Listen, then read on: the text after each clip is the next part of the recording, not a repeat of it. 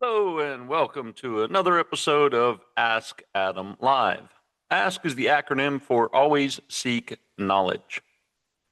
Always seek knowledge, not necessarily to be the smartest person in the room, but to understand things, to just ask questions, be inquisitive, to see what's going on in life.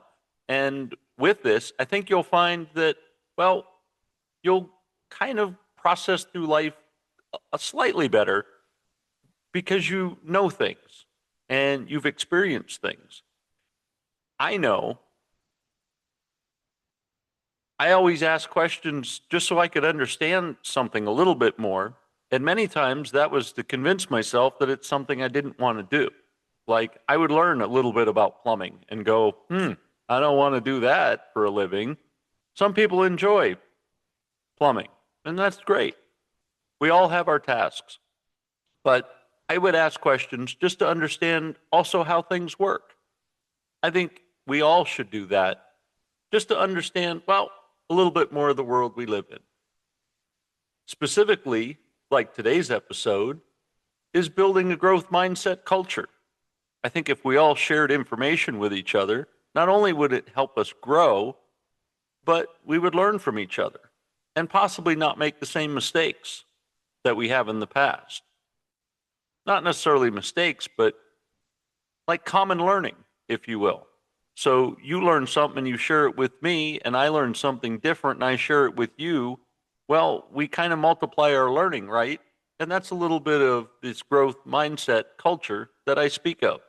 Now let's get on with the show. Building a growth mindset culture, when people believe they can grow, well, quite frankly, they do. The most powerful shift you can create, quite frankly, is in yourself, in your team, or your family. It's the belief that growth is possible is when the change can occur. Fixed mindsets shrink teams and stall potential. Growth mindsets, however, unlock creativity, resilience, and progress. Even in failure, having that growth mindset, you experience lessons learned, not failures. Let me share with you, I remember there was a time starting out, it was in the insurance sales. Well, several things, but let's focus on insurance sales, where having the growth mindset and always being focused on the horizon, if you will, reminded me that I knew where I was going with this. So, sort of the daily struggle, call it, where you maybe got a couple of no's more than you wanted to, or you just didn't have that transaction go as well. You weren't able to help somebody get the coverage that they needed. You know, some of that was devastating, quite frankly, at first. And that was even from a sales background. So it wasn't like I hadn't heard no before. It was, well, I guess I didn't understand the no because it didn't make sense, the no. But still, it was the growth mindset that kept me going, that kept me doing the next step, if you will, going further than I was the day before to accelerate and pass through, this learning curve, if you will. But it was keeping that focus is the challenging part. Because not every day was shiny. And again, it wasn't even transactional. It was just maybe you had a really tough time. Because see, the thing with insurance is it's something that you purchase, but it's also something you have to qualify for. So that was a little bit of the tough conversion, if you will, because quite frankly, I just had to sell and market real estate. And I was pretty good at it. It was the bank that qualified you for the funds, or you figured out some way to get funds from another source. You still sought the purchase based on what I shared with you, which was the story or experience or what it was that you could get from owning that particular property. whether it be a home or a second home, cabin, you name it. It was the experience is what you were going to purchase. So I didn't really have the final say, but there wasn't a lot of barriers that stopped the action from happening. Unlike life insurance, where you can have all the money in the world, but if you physically don't qualify, people aren't going to give you coverage. I mean, they'll give you coverage for a certain dollar amount, but if you have a lot of money in this world, I don't think you're really inclined to just throw it away, unless this particular policy means something to you to have it in place. But anyway, I digress. Just coming from a little bit of the failure aspect, or learning aspect, as I should say, that I kept looking at the horizon for the growth because I wanted to grow an office was the main goal.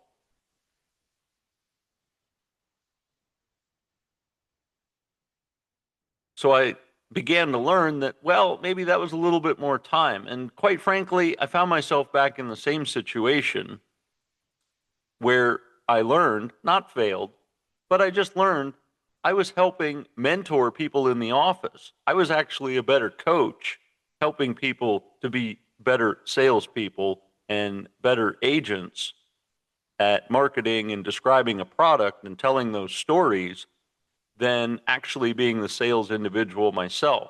Yeah, I was pretty good at it, but just wasn't my thing. And you out there listening know that it's tough when you're doing something that, well, just doesn't groove with you. It's just not your jam. And that's okay. Again, that's part of the learning and understanding what is our groove and what is our jam.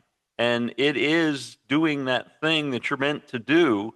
And that's where it feels so much more comfortable to do that, similar to what I'm doing now, because I enjoy doing this. I enjoy sharing this information with you. I'm not selling this information, I'm sharing it. I'm more of a sharer. Sales was a lot of fun and had a tremendous experience doing it, and quite frankly made a pretty decent living at it. But it's just not my jam. Helping others, that's where I belong. So I promise you in this episode, you'll learn what it really means to have a growth mindset, how to spot fixed thinking, and how to build a culture where people rise. When I say culture, that's the big picture that I want to share with you, is the world at large.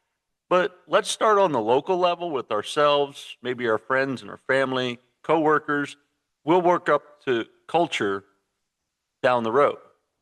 But when I do say culture, I just want to keep in mind that we're starting small, but we need to be big.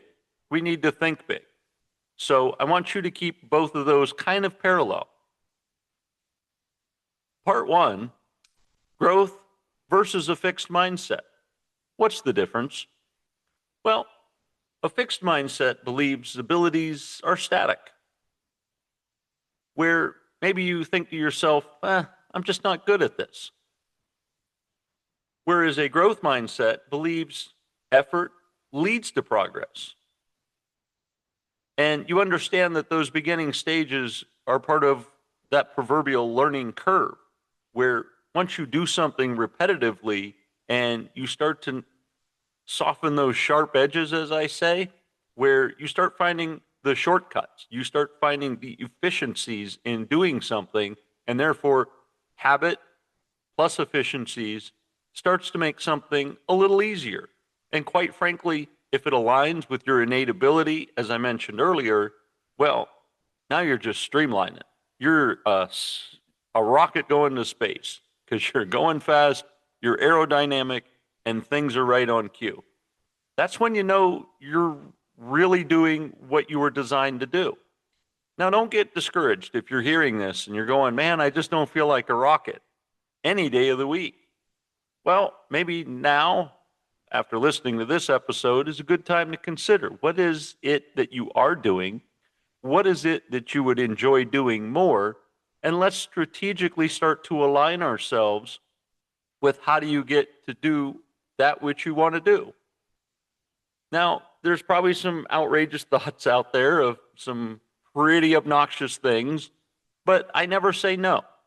I wouldn't say no for your benefit, and you shouldn't say no for yours. You just need to look and be realistic. Now, granted, if you're 80 years old out there and you say, hey, I want to be an airline pilot, yeah, there's probably some medical qualifications and some just, yeah, it's going to be a tough road for sure. Just because there's lots of young experience. And that's not ageism. That's just, hey, you just got to do that stuff at a certain age. You're not going to be a professional football player at 80.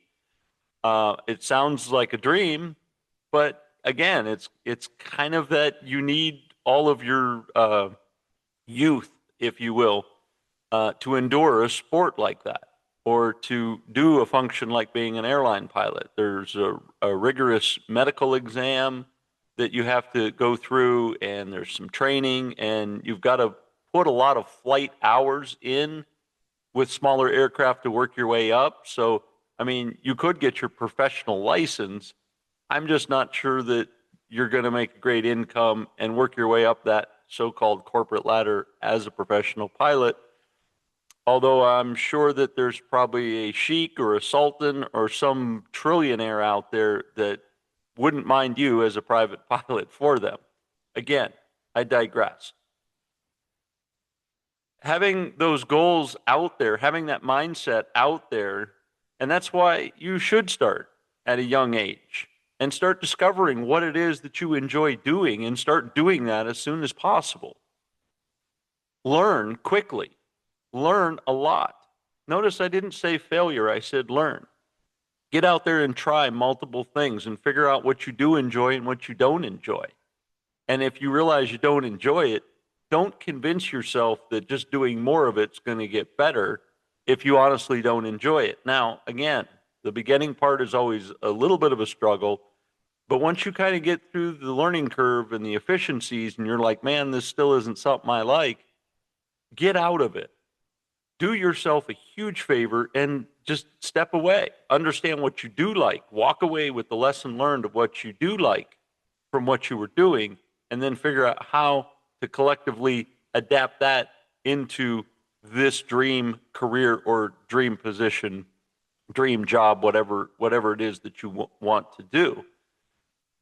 But don't ever think things will get better if you just keep doing it longer. If you don't enjoy it now, I'm telling you, in 10 years, you're not going to enjoy it anymore, and you'll be more of a stressful struggle trying to even convince yourself to step away because you have so much time invested.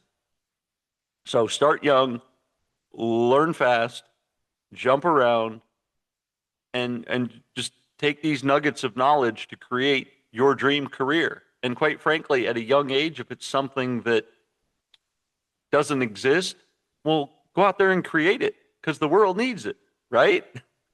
So let's go out and do that. So a fixed mindset asks, will I look smart?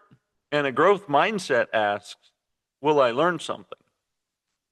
See, that's kind of always been a little bit of my struggle too, is when I look at the education system, it's, okay, so I have this degree, what does it do? Well, it's a piece of paper. Okay, what does it do? Well, it says that you know something. Okay, what does it do? It doesn't do anything.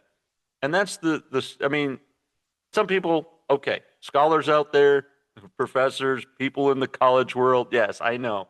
If it says a certain location, a certain, what do we want to call it to be really, a certain named establishment that seems to open doors. But does it? Or is it more of the fraternal doors that are being opened because people recognize that you're kind of from, let's say, the same tribe, and so tribes help tribes, right? Regardless of what the study may or may not have been, yeah, the name might get you fraternal access, but I feel like that's it. Now, so I don't disrupt and upset anybody. Doctors are a skilled task. Lawyers, a skilled task. Rocket engineers, a skilled task. These are precision knowledge, experience, things. Yes. When you have stuff like that, yes, that is not a degree. That is an experience. And you are practicing a field that you are getting better because you practice it every single day. You make better rockets. You understand engineering. You're a better doctor because time served in the ER and your residencies and your specializations and all of that stuff. Same thing with attorneys. You're practicing something and getting really good at it. But at the end of the day, having the degree from whatever college doesn't necessarily make you a better doctor. It's your experience, or better lawyer, or even a better rocket scientist. But I can share with you this is that I guarantee you that the person working for like an Elon Musk with SpaceX is shooting off a whole bunch of rockets in the sky and getting a whole bunch of experience from those events occurring on such a regular basis as, say, maybe an engineer working at ABC Rocket Company, where about every 3 to 5 years they might launch a test rocket, right? See the difference? You're learning more from the practice and utilization of life occurring than necessarily all of the studies that every 3 to 5 years find a growth or failure point. I hope I've made my point. I certainly have driven it into the ground. But it's not about being smart. It's, will you learn something? And when you learn something, that's what helps you propel forward.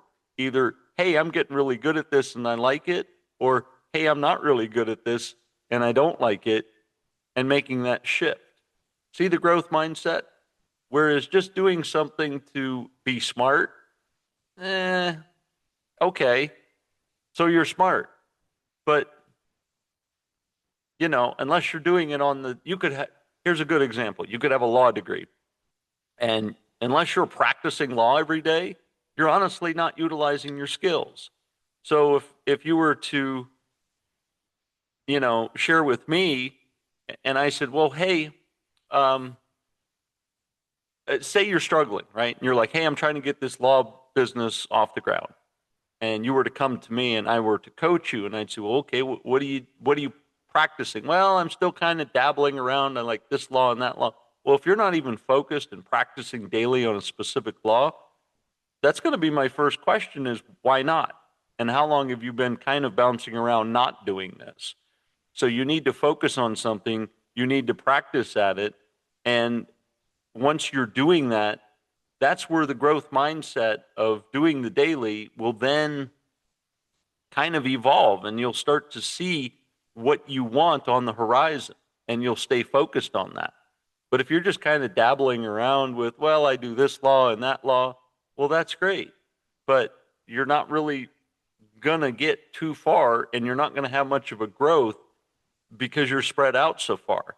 But if you can narrow it down to a specific type of law, and that you're practicing that law constantly, day in and day out, weeks in and weeks out, and months in and months out, and in 3 to 5 years, you could be the best criminal defense attorney, the best corporate law attorney. Whatever it is you're focusing on, the growth will occur, and you will start to see that happening. But just having a mindset of growth without practice, well, yeah, they both go hand in hand. Where mindsets show up, part 2. A lot of growth mindset comes from, well, how we give and receive feedback.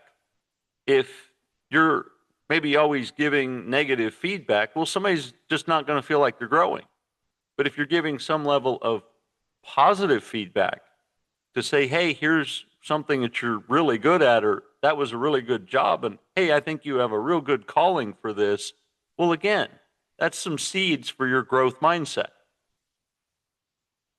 In teams, we look at how to handle mistakes.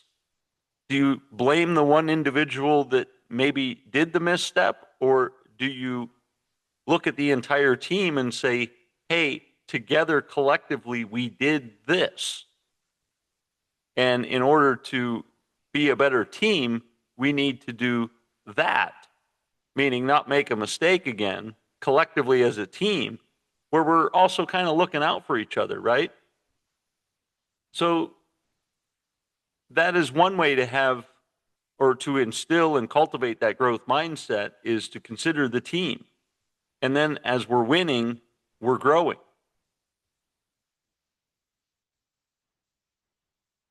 With leaders, I think the model of vulnerability and the talk about effort is where the growth mindset shines with leaders. You know, when they can share with you that, hey, man, I've been in this situation before, and the vulnerability to say I should have seen this coming and I didn't, and we did a slight misstep, but we also had a win at the same time. So your effort, my miscalculation, we're growing together, we're moving forward. That kind of feedback is huge. And the expression of vulnerability is important when it comes to leaders. When a team avoids those distant goals, right? Something that's stretched. When you're avoiding those, that's kind of a fixed mindset, because you're almost telling yourself and then collectively with the team in communication that, well, that's just not something we can obtain. But a leader who praises effort and not necessarily the outcome, well, that's a growth mindset. Can you see the difference? Fixed mindset versus growth mindset. Part 3. Here are the 5 moves to build a growth mindset culture. First, language shift. When you go from I'm not good at this to I'm getting better at this, that is your expression in your language of a growth mindset. So find yourself not saying you're not good at something, but that you're getting better. Or, hey, I'm learning more about this. I'm getting experience. When you do have a bad day, like I said, as long as you're doing it on the daily, you're practicing, you're getting better, whether you know it or not. But you need to language, you need to vocalize that to yourself and not just keep saying, oh, I messed that up. You need to remind yourself you're doing good. Pat yourself on the back. Remember my example. You got to celebrate those wins. So when something exciting has happened, even small, pat yourself on the back. Raise your hand up, fist in the air, and say, yes, I'm awesome. You got to do that. You got to not only the language with yourself, but language with others. Now, I'm not saying run around and pat everybody on the back, but kind of metaphorically, you want to do that. And you also want to celebrate with them. You know, some high fives like, hey, we're really getting this done. Hey, good job on that. Great execution.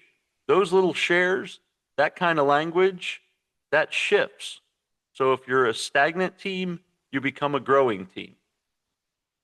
Number 2, celebrate effort, not just the outcome. Remember, as I mentioned, with the example of the leader, normalize sharing attempts, not just the wins. So when somebody does something, an action, and even if it was wrong, but they came to you and said, hey, you know, I learned something from this, celebrate that. Put it up in the lights. Yeah, it was kind of a mess up, kind of a screw up, didn't work out the way it should have. Maybe there was a slight loss, hopefully not a huge monetary loss, but celebrate that win.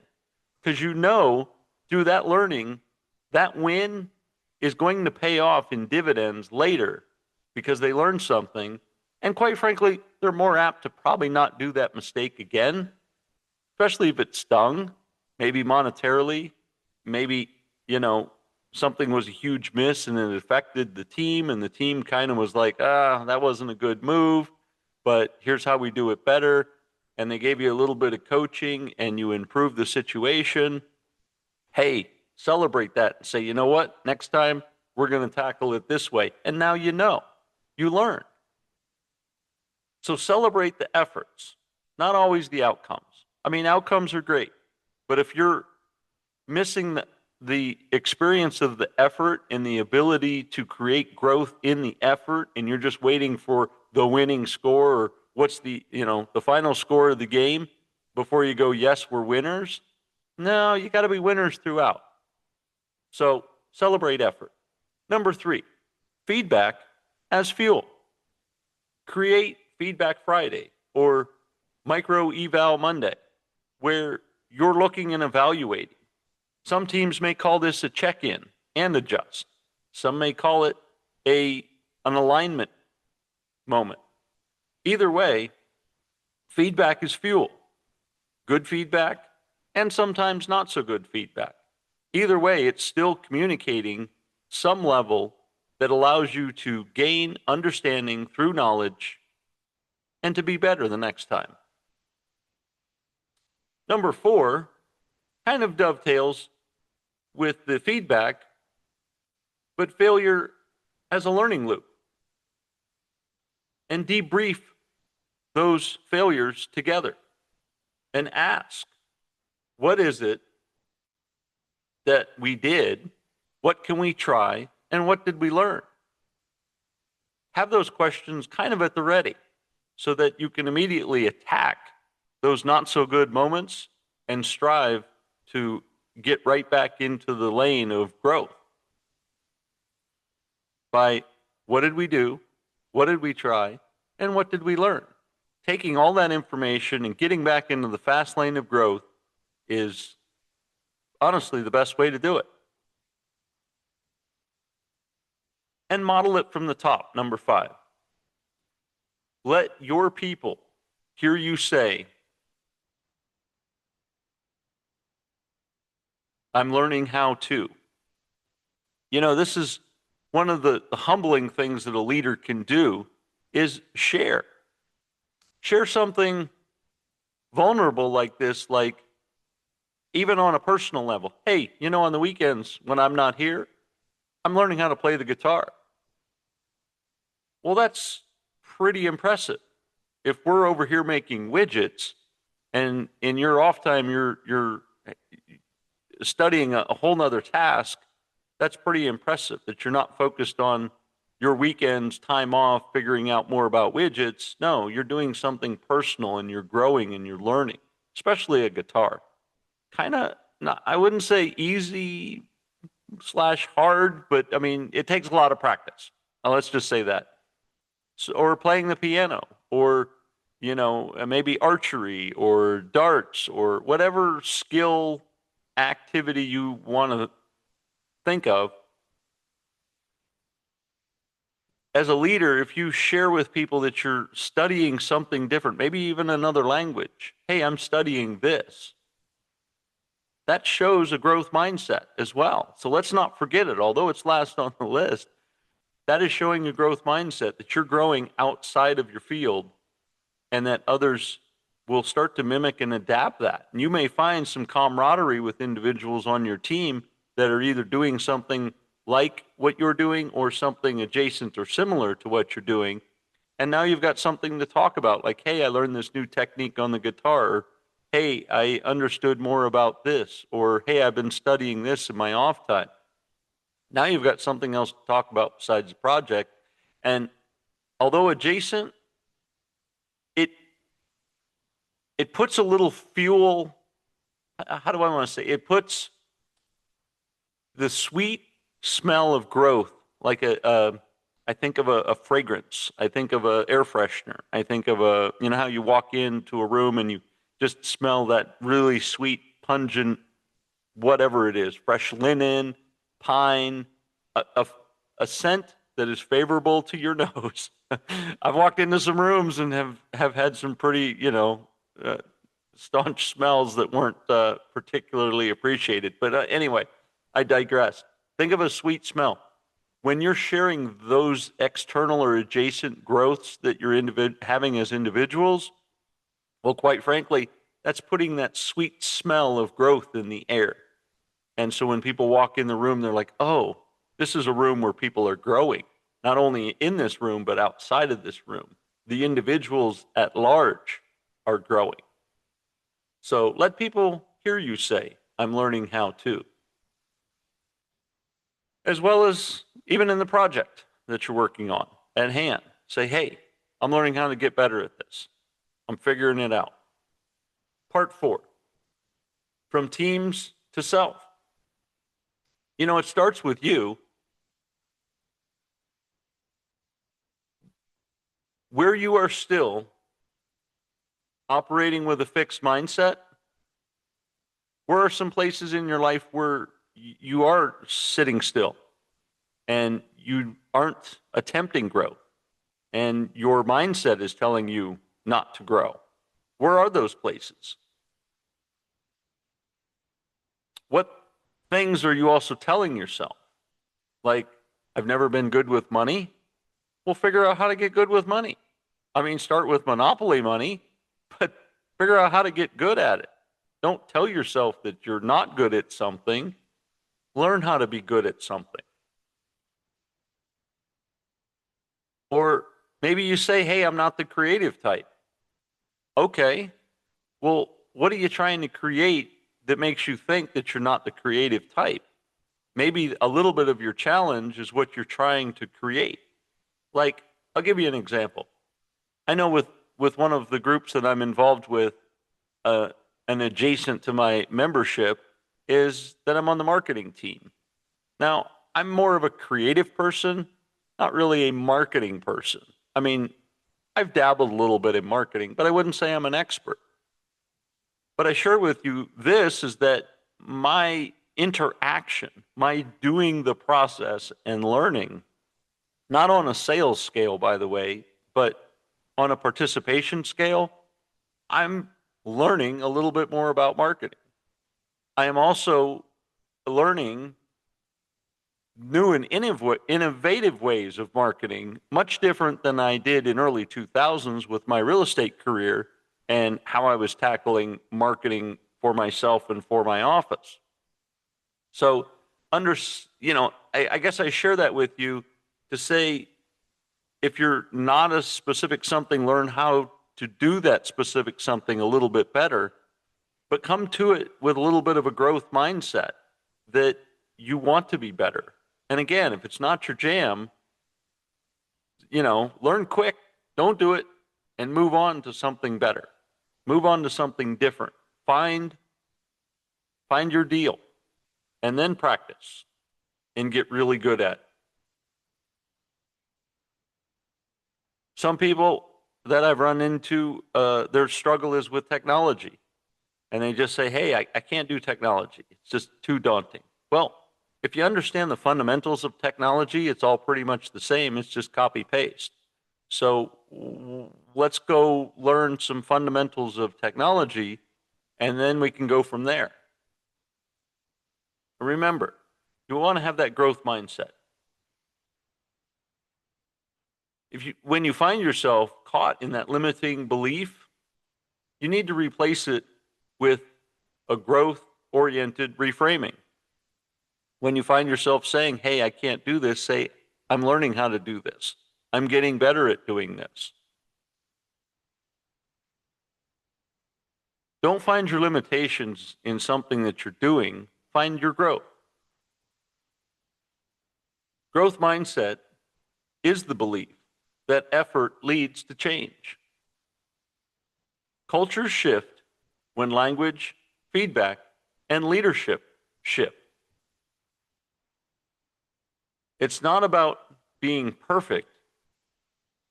It's about being in progress. Remember, you want to practice daily to get really good at something. And if it's not coming together, part of that growth mindset is to find that something different that you can grow with and get better. So I encourage you to download the Growth Mindset Culture Builder. This is a worksheet. I want you to audit your own beliefs and plan one shift